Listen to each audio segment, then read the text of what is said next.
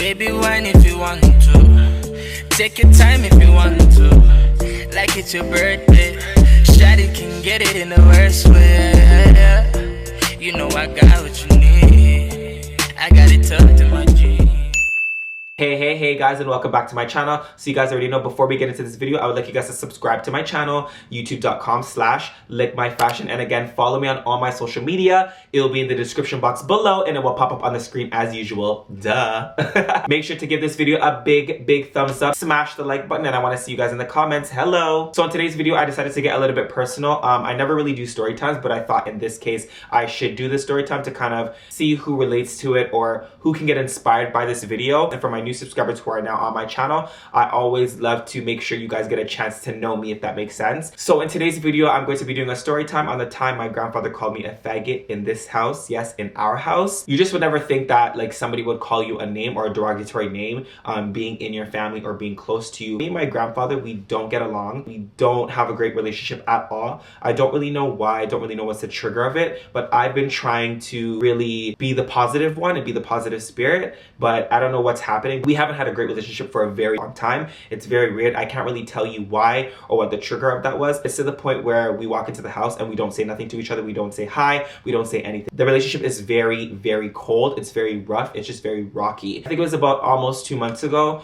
and I was literally just in here about to film a video for you guys. I was in the middle of filming my shoe haul and I was grabbing, you know, all of my shoes and I put them inside this room. I know for anybody that lives in the Caribbean household, also when there's shoes all over the place or when there's like shoes in a certain room and there's no carpet, it's just hardwood floor. Your Caribbean parents will get upset because they don't like when there's shoes on the ground, whatever, because it's a dirty thing or whatnot. My camera died when I was trying to film, so I basically went back into my room to charge it up for a bit. I was in the room, like totally forgot about the shoes. And I was in my room for probably about 30 minutes to an hour waiting for my camera to charge. So while I was doing that, I was just on my phone chilling, you know, on Instagram, whatever. I hear a big door slam. So I didn't think anything of it because that day was windy as well. So I just thought like the wind could probably blew the door. Then I also heard something being thrown at my door. In the midst of it, I honestly panicked because I thought like somebody either dropped, you know, coming up the stairs, somebody fell, something. So I instantly panicked and I ran outside the door. When I opened up the door, I seen all my shoes thrown. I basically came outside the room and I seen all my shoes on the ground. I got annoyed because I'm like, why did you take my shoes out of the room when I was just about to film? And he knows I film. He knows that I do YouTube. I had a camera in here and I had my shoes in here and you knew I was about to film, but instead you decided to take my shoes and throw it at my door for God knows what, for no reason. You could have simply just asked me to move the shoes and I would have put them somewhere so that it's not in anybody's way. I asked him, why did you throw my shoes? You didn't have to do that. And he started making up all this noise about why the hell do you have the effing shoes in here? Why is this? Why is that? Just going on. And I just asked him a question and he was literally yelling at me. I was like, wow, this is crazy. We got in each other's faces. We got heated and I basically told him, don't throw my shoes like that ever again because I pay money for these shoes and you're damaging my stuff when you're throwing them. You could easily just ask me. That was the end of that situation. He walks downstairs getting all annoyed and mad, and me, being petty, I brought my shoes back into the room because I need to film. Hello. In the midst of doing that, he was mumbling and complaining downstairs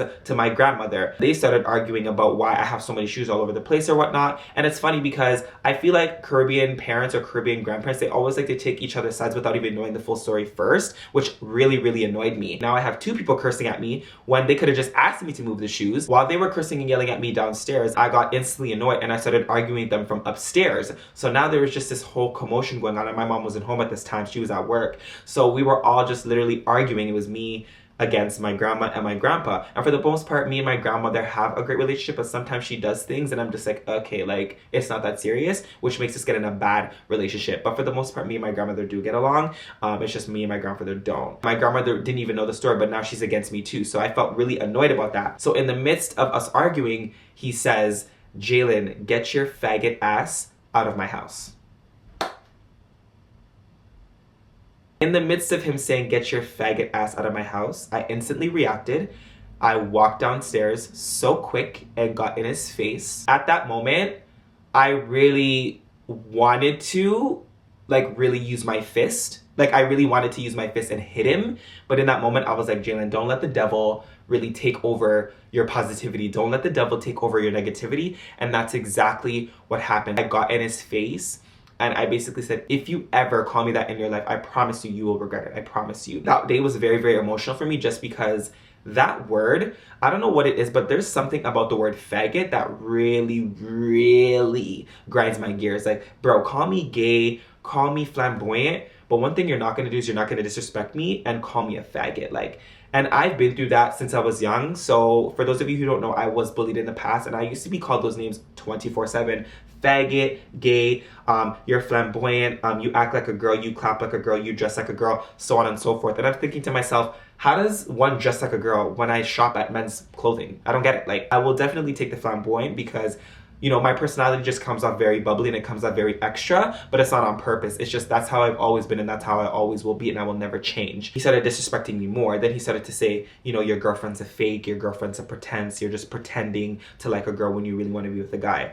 And one thing I don't like is when people tell me, and this is like an ongoing thing too, I notice that people really try to make it seem like I'm out here faking it or I'm out here pretending to be with a girl. Like, there's no pretending in anything. Like, when I like somebody, I like them. I don't pretend to like somebody. I don't pretend to have feelings. I don't cover up things. You guys already know how I am. For my old subscribers who are here still, you guys already know I'm very transparent with my life. I don't hide anything. I don't fake the funk. That's not me. So when people tell me that I'm doing things as faking the funk, or I'm faking a relationship, or I'm faking feelings for a woman, that's crazy to me. I don't understand that because I'm out here living my life. I'm out here with a girl. I'm out here chilling. I'm out here trying to build with this girl and actually really build a family. When he started to say things about my girlfriend, that's when I really got instantly heated, and I went back up in his face again and I'm like, how dare you disrespect somebody that really tried to cook for you, that was really nice with you, that was really vibrant with you, that had a personality with you, when you're very, very miserable. People are so disrespectful and people are so ignorant, and not only that, like, you would never expect to get that from your family, like people that you actually are your blood, you know what I mean? Basically that's what happened. And then I was upstairs in the room and I was panicking, and then, you know, my mom called and she was all like yelling and going off, and it was just a lot. One thing that really broke my heart during that too was my grandmother like defended it in a way. So I'm not gonna say she fully defended it, but she kind of defended it in a way where it was like she didn't really tell him that it was wrong. She just kind of said, oh, well, what do you want him to do? Or what do you want him to do? I'm your grandson, and like, this is what you're condoning. Like, you're condoning somebody calling somebody else a faggot. And that is when I started to realize this world is really not thought out to what I thought it would be. And you know what? Like, I don't complain about people asking me about my sexuality. It's all about sexuality. It's all about knowing who you are. It's all about being real. And I just feel like I've brought it up so many times that I feel like it will just never go away. And it's not in a situation of going away to the point where you can't ask me, because one thing about me is I'm very transparent. So if you ask me, hey, like, you know, are you this or are you that, or what do you feel about this? I'm very transparent and I'm very real, and I'll tell you about my life because I love to inspire people about my life. But one thing you're not gonna do is you're not gonna pester me into doing something I don't want to do. You're not gonna pester me to like somebody I don't want to like. And I feel like a lot of people in this generation, that's all they try to do to me. And I feel like it's very sad. I really don't disrespect anybody. I don't judge people. I've never had judge people. Even when I was this small, I never ever judged anybody. So it was very, very interesting to see a family member judge me and call me that. I'm not gonna go into full details about my sexuality because, again, I made a video about it and I promised myself I would never explain myself again, because I have to always bring it up and it's constantly always being dragged out of proportion. Anybody who wants to see that, I will put it in the description box below for you. It's called My Sexuality. So just take a look at my past and see what I went through. And yeah, one movie that I will tell you that does basically sum up my life in terms of being bullied, like kind of like my sexuality, is the movie Moonlight. I don't know if you guys have seen that movie Moonlight. That movie is like super inspirational. When I watched that movie last week, I really had a breakdown. So a lot of things that happened in that movie happened to me, and it was just very, very heartbreaking to have to see that movie and see what that guy went through, him being bullied, you know, his mom going through drugs, and, you know, him experiencing different things in the movie. The movie really did inspire me because, you know, it really just, you know, told me that God is so real. Going through the struggles that you're going through and then to come out of that and really just be blessed by the name of Jesus. It's very amazing that I did come out of that. You know what? People are gonna always have questions. People are gonna always question why you're like this. And you know what? Even though as ignorant as that is and how judgmental that is as well, I feel like, you know what? Because I'm so enrooted in God, like, it doesn't bother me. Like, when people ask me questions, I think it's just more of an annoying thing when I always have to constantly bring it up and it's constantly being dragged. But other than that, I'm in such a better place and things are a little bit uncomfortable right now, but I know it's because I'm about to get in an even more better place. But I just had to bring that story up to you guys to really give you guys some type of, you know, inspiration or some type of, you know, relation if you've gone through, you know, a situation where your parents or your grandparents have called you, you know, a derogatory name or have said something disrespectful to hurt you. That day was really, really emotional for me. I went through a panic attack. Like, I was crying probably for about an hour and a half, and I'm a person who doesn't really cry, so when I do cry, you know it's serious, you know it's real. But yeah, so you know, I was talking to my mom about the situation. Me and her were both crying on the phone because she knows exactly what I went through in my past. She knows exactly everything that I've gone through. Like, I've told her everything. She knows everything that I've gone through, and it's been like a real tough time just really going through the motions of people continuously calling you something that you're not. It's also very annoying when you have people who force you to do things that you don't want to do. It's very annoying because I feel like I'm a person who never forced anybody to do anything. So why are people forcing me to be in something? Why are people forcing me to do something? Why are people forcing me to act a certain way because of their own pleasure, or because they are unhappy with their lives, or because they want to be negative in someone else's life? With that being said, this is why I don't post my girlfriend that much on my social media or on my channel, or in general, because I feel like anytime I put her on my channel, people just always have something dumb to say. And I'm a person who likes to protect people. Say whatever you want about me, but don't say things about my family. Don't say things about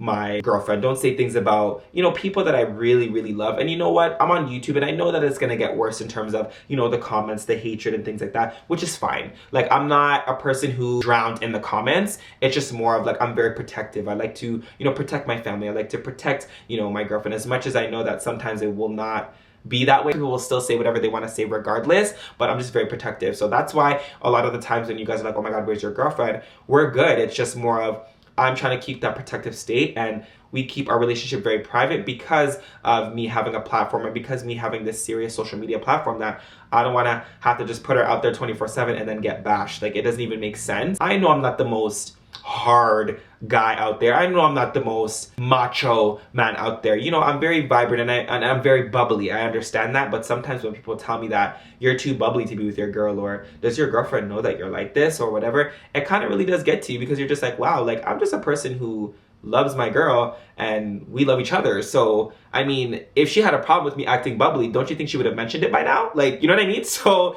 it's really crazy that people like say these things, but my girlfriend doesn't have a problem with it. My girlfriend loves me for who I am. My girlfriend loves me because I treat her well, I treat her great. And the funny thing about it is we're long distance, so we don't even get to see each other that often. But, you know, for the most part, everything is going well. And I feel like people just need to respect that, and they don't. What's happening? Like, why is it that people continuously disrespect me? Like, what am I doing? Like, am I doing something wrong? But then you realize, like, God is just so much more better than what these people have to say about you. God is just so much more lively than what others say about you, that you just then all of a sudden just get rid of the negativity, you get rid of all the negative comments, you get rid of the comments that are drowning your brain, and you just live your life. Like, and that's, you know, the motions that I'm trying to do right now and that I'm trying to get to. There has been a lot of uncomfortableness happening lately, and it's not because of the comments. It's just more of like, you know, with people disrespecting me in terms of, you know, always trying to call me a faggot. I've even had people, you know, that were close to me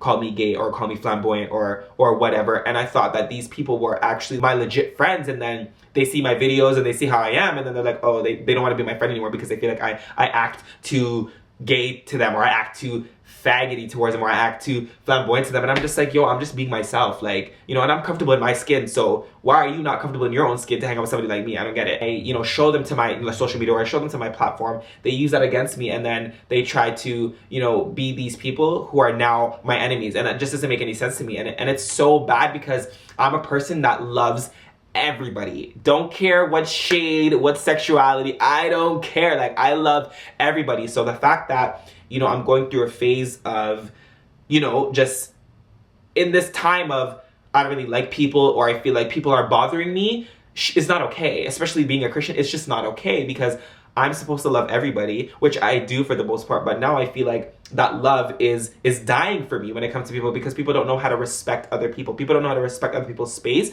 People don't know how to respect people and the relationship that they're in. So for me, I'm getting back into the motion of really just being, you know, very, very kind when it comes to just people, and loving people the right way they should be loved, because right now I feel like that love is dying for me, and I've been praying, and I've been just really just, you know, in the limelight with God, and just really asking him to really guide me in the direction of loving people again, because I feel like that is the reason why I don't love certain people anymore, or I don't love people, because that is that's just what I've been through. Like, I'm always going through a situation where somebody's judging me. I'm always going through a situation where somebody doesn't like me. And I always feel like I have to put up this wall when people, you know, disrespect me. And then it really makes me close off because I'm like, well, I don't know how you're going to feel about me being flamboyant. I don't know how you're going to feel about me, you know, being this personality, bubbly guy. So let me just back off and just chill. I'm sorry to ramble on. I just wanted to, you know, just talk about, you know, the story time and also just talk about how it relates to my life and what I've been through. And yeah, it's just crazy. Ever since I was small, I was always that person who was very bubbly. I always had a bright personality. I was always that person who was quote unquote flamboyant. I never really had a dad, you know, to really teach me how to be a man, if that makes sense.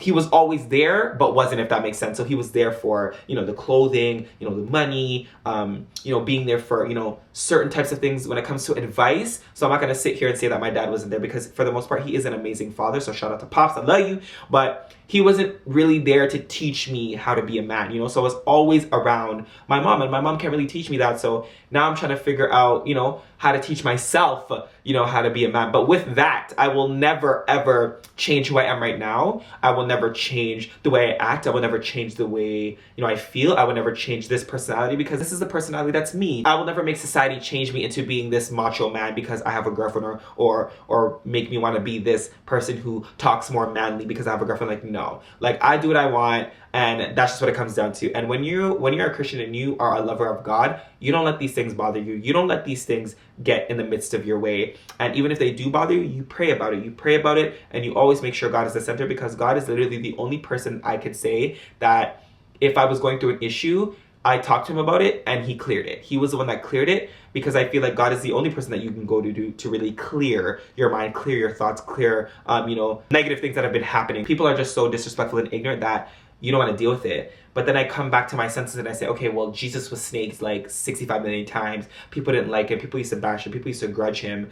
So why give up on him? You know what I mean? Like, why give up on him when he hasn't given up on you? And I feel like, you know, at some points I do give up on God, because I feel like, why does this continuously happen to me? Like, what am I doing wrong? Like, this is too much. I also live in a home that's very, very toxic. So it doesn't make it any better when you live in a toxic home where you can't really talk to people, and you just, you know, after coming from work, you just go in your room and shut the door because you don't want to talk to anybody, and so on and so forth. Like, it's very, very frustrating. But you know what? In the midst of all the struggle, God is the root. I want you guys to know that God will always be the root of what you're going through. And any struggle that you're going through, God will maintain that, and God will legit take you out of that.